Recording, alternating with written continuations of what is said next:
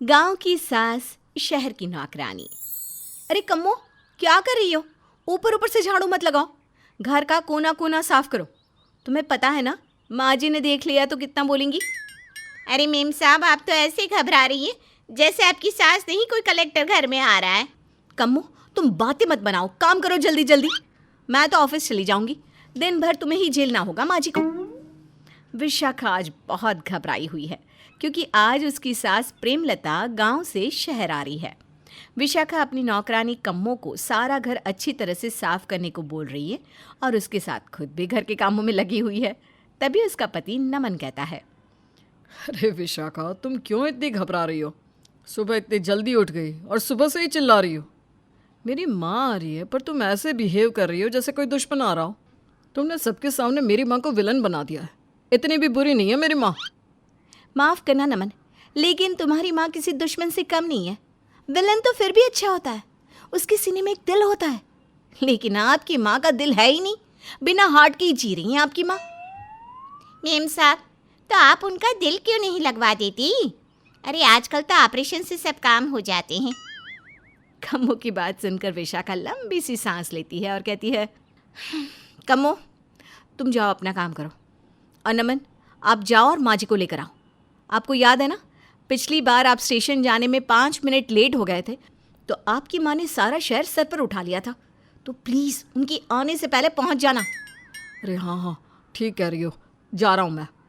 थोड़ी देर में नमन अपनी माँ प्रेमलता को लेकर आ जाता है। विशाखा अपनी सास से मिलती है, तभी उसकी सास उसे ताना मारते हुए कहती है, बहू, लगता है तुम घर के काम में बहुत व्यस्त थी, जो मुझे स्टेशन लेने भी नहीं आई। नहीं माँ जी, मैं वो नमन के साथ आपको लेने आ ही रही थी, पर क्या हुआ ना। माँ, विशाखा भी आ रही थी मेरे साथ, लेकिन मैंने मना कर दिया। वो क्या ना, घर में कम्मो को अकेला छोड़कर नहीं आ सकते थे ना, इसलिए। प्रेमलता अंदर आती है और पूरा घर ध्यान से देखती है। लगता है तुम लोगों ने घर की सेटिंग चेंज की है। जैसे मैं सेटिंग करके गई थी उससे तो बिल्कुल अलग है। तभी कम्मो प्रेमलता के लिए पानी लेकर आती। प्रेमलता पानी का ग्लास उठाकर कहती है, तो तुम ही हो कम्मो? जी माता जी, हम ही कम्मो हैं। यहाँ से पहले कहाँ काम करती थी? यहीं आपकी पड़ोस वाले बिल्डिंग में। नमन, तूने पुलिस वेरिफिकेशन करवाई है? हाँ हाँ माँ, करवाई है। कम्मो, तुम जाओ किचन में जाओ। कम्मो किचन में जाकर विशाखा से कहती है, मेम साहब, आपकी सास तो थानेदारनी की तरह सवाल पूछ रही है मुझसे। गांव से आई है और बात कर रही है पुलिस वेरिफिकेशन की। अब देख कम्मो, मैं तुझे पहले ही बता दूँ, तू माँ की बातों को ना ज़्यादा दिल पर मत लेना। एक कान से सुना, दूसरे से निकाल देना। कल से मैं और नमन दोनों ही जॉब पर जाएंगे, तो कल से तुम्हें ही माँ को संभालना है ना। अरे बाप रे बाप, इसका मतलब ये हुआ कि सारा दिन मुझे ही माँ जी को झेलना पड़ेगा। गुड लक कम्मो। अगले दिन नमन और विशाखा अपने ऑफिस के लिए निकल जाते हैं। उसके बाद प्रेमलता कम्मो के पीछे पड़ जाती है। कम्मो किचन में बर्तन धो रही होती है, तभी प्रेमलता उसके पास आकर कहती है, कम्मो, तेरे हाथों में जान नहीं है क्या? क्यों माता जी, क्या हुआ? अरे बर्तन घिस घिस कर धो, थोड़ा जोर लगा हाथों में। कुछ खाती पीती नहीं है क्या? माता जी, साफ तो धो रही हूँ। हाँ, दिख रहा है कितने साफ धो रही है। देख, इन धुले हुए बर्तनों में कितना सारा साबुन लगा है। दोबारा धो इनको। अरे देख क्या रही है, धो इनको। प्रेमलता कम्मो से सारे बर्तन दोबारा से धुलवाती है। इसके थोड़ी देर बाद प्रेमलता कम्मो को आवाज़ देती है, कम्मो, कम्मो कहाँ हो? जी जी माता जी, बुलाया आपने? तुमने घर की साफ सफाई और झाड़ू पोछा कर दिया? हाँ माता जी, कर दिया। ये बाहर का आंगन और छत कौन साफ करेगा? क्या ये दोनों घर के हिस्से नहीं है? लेकिन माता जी, ये तो मैं 1 हफ्ते में 1 बार साफ करती हूँ। कम्मो, तो तू खाना भी 1 हफ्ते में 1 बार खाया कर। चल जल्दी साफ कर, नहीं तो नमन से बोलकर तेरे पैसे काट लूंगी। अब कम्मो को घर का सारा काम करने के साथ साथ आंगन और छत की सफाई भी करनी पड़ती है। प्रेमलता के आने के बाद कम्मो का काम बहुत ज़्यादा बढ़ गया था। एक दिन कम्मो ने नमन और विशाखा से कहा, मालिक, मेम साहब, मैं अब यहाँ काम नहीं करूँगी। अरे आपकी माँ जी तो बहुत झिक झिक करती हैं। कैसी बात कर रही हो कम्मो? मैंने बोला था ना, माँ जी की बात को दिल से मत लगाना, एक कान से सुनना दूसरे कान से निकाल देना। मेम साहब, कितनी बातें निकालो दूसरे कान से। किसी दिन कोई बात मेरे दिमाग में अटक गई ना तो मैं तो काम छोड़कर चली जाऊंगी। हाँ, अरे नम्मो, कैसी बात कर रही हो? तुम काम छोड़कर नहीं जा सकती। मैं माँ से बात करूँगा, वो आगे से तुम्हें कभी परेशान नहीं करेंगी। नमन और विशाखा प्रेमलता के पास जाकर कहते हैं, माँ, अब कम्मो से फालतू के काम क्यों करवाती हो? अरे फालतू के काम कहाँ करवाती हूँ बेटा, घर के ही तो काम करवाती हूँ, कहीं पत्थर नहीं तुड़वाती। माँ जी, आज उसने हमें धमकी दी है कि अगर ऐसे ही चलता रहा तो वो काम छोड़कर चली जाएगी। बहू, तूने ना उस कम्मो को बहुत सर पर चढ़ा रखा है। अरे चली जाएगी तो चली जाए, काम छोड़कर, हैं? माँ, आपने तो बोल दिया।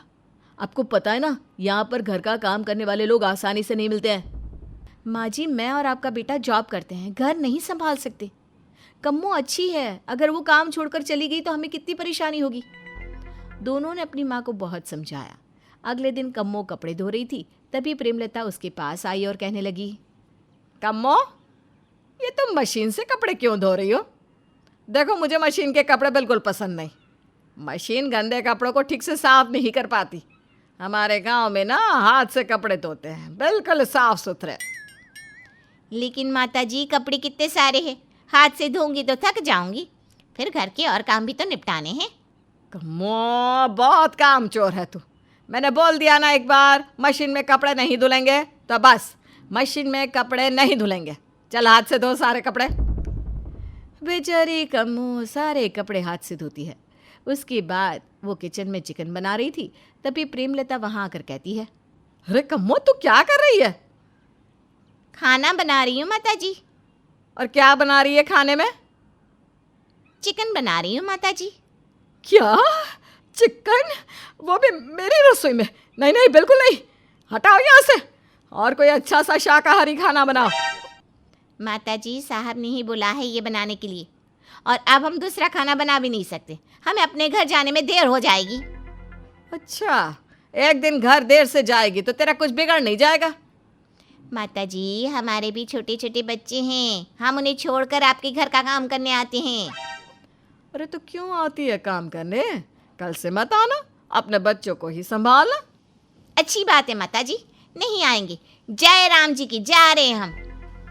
कम्मो काम छोड़कर चली जाती है। ये बात जब नमन और विशाखा को पता चलती है तो दोनों हैरान और परेशान हो जाते हैं। क्या बोल रही हो माँ? ज़रूर आपने ही कुछ बोला होगा उससे, वो खुद से तो नहीं गई होगी। अरे मैंने तो बस इतना बोला था कि चिकन मत बना, कोई अच्छा सा शाकाहारी खाना बना ले। माँ जी, उसे चिकन बनाने के लिए नमन ने ही बोला था। देखिए माँ जी, आपको उससे माफ़ी मांगनी होगी और वापस बुलाना होगा। अच्छा, उस नकचड़ी और घमंडी कम्मो से मैं माफ़ी मांगूंगी? कभी नहीं। बहू, तुम कोई और काम वाली ढूंढ लो। विशाखा और नमन के बार बार समझाने पर भी प्रेमलता कम्मो से बात करने के लिए तैयार नहीं होती। अगले दिन नमन अपनी माँ को एक लिस्ट पकड़ाते हुए कहता है, माँ, मैंने अपने कई दोस्तों को कामवाली के लिए बोल दिया है, लेकिन जब तक हमें कोई अच्छी कामवाली नहीं मिल जाती तब तक घर का काम हमें ही करना पड़ेगा। ये देखिए, एक लिस्ट बनाई है मैंने काम की, इसमें हम तीनों के काम बटे हुए हैं। विशाखा सुबह का नाश्ता बनाएगी, नमन शाम के बर्तन धोएगा और मैं सुबह के बर्तन, घर की सफाई, झाड़ू पोछा लगाने के साथ साथ आंगन और छत को भी धोऊंगी। दोपहर का लंच और रात का डिनर भी मुझे बनाना है, बाहर का राशन भी मुझे ही लाना होगा।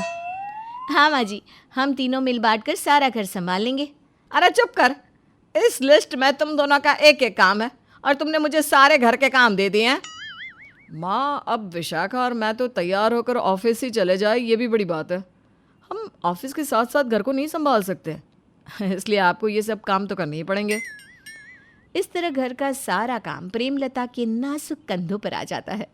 वो घर का काम करते करते थक जाती है और फिर सोचती है, इस घर में कितना सारा काम है, बेचारी कम्मो काम करते करते थक जाती होगी और मैं उसे कितना परेशान करती थी। बहुत गलत किया है उसके साथ, मैं उसे मनाकर घर ले आऊँगी। अगले दिन प्रेमलता कम्मो का पता ढूंढते ढूंढते उसके घर पहुंची। अरे कम्मो, बहुत देर से तेरा घर ढूंढ रही हूँ, अब जाकर मिला है। कहिए माताजी। मुझ जैसी कामचोर की कैसी याद आ गई आपको? अरे कम्मो, कब तक नाराज रहेगी मुझसे? चल गुस्सा थूक और कल से ना काम पर वापस आ जाना। ना माँ जी ना, अब ना आऊँ मैं काम पर, मैंने कोई और घर पकड़ लिया है। प्रेमलता ने कम्मो को बहुत समझाया, लेकिन कम्मो शांत होने का नाम ही नहीं ले रही थी। उसने काम पर आने से साफ मना कर दिया। शाम को विशाखा और नमन घर आए तो प्रेमलता अपना सामान पैक करके बैठी थी। माँ जी, आप ऐसे सामान पैक करके क्यों बैठी हैं? कहीं जा रही हैं क्या? हाँ बहू, मैं गांव वापस जा रही हूँ, मुझसे नहीं होता तुम्हारे घर का काम। अरे माँ, 2-4 दिन और रुक जाइए, मैंने कई लोगों को बुलाया है, कोई ना कोई तो बता ही देगा अच्छी नौकरानी। अरे बेटा, जब आएगी तब आएगी तुम्हारी नौकरानी, अभी तो मुझे जाने दो। तुम दोनों अपना ध्यान रखना। अच्छा, चलती हूँ मैं। प्रेमलता अपना सामान लेकर गांव वापस चली जाती है। अब प्रेमलता को इस बात का एहसास हो जाता है कि घर का काम करना आसान बात नहीं होती। इसके बाद विशाखा और नमन की परेशानी दूर हो जाती है, क्योंकि अगले दिन से कम्मो वापस काम पर आने लगती है।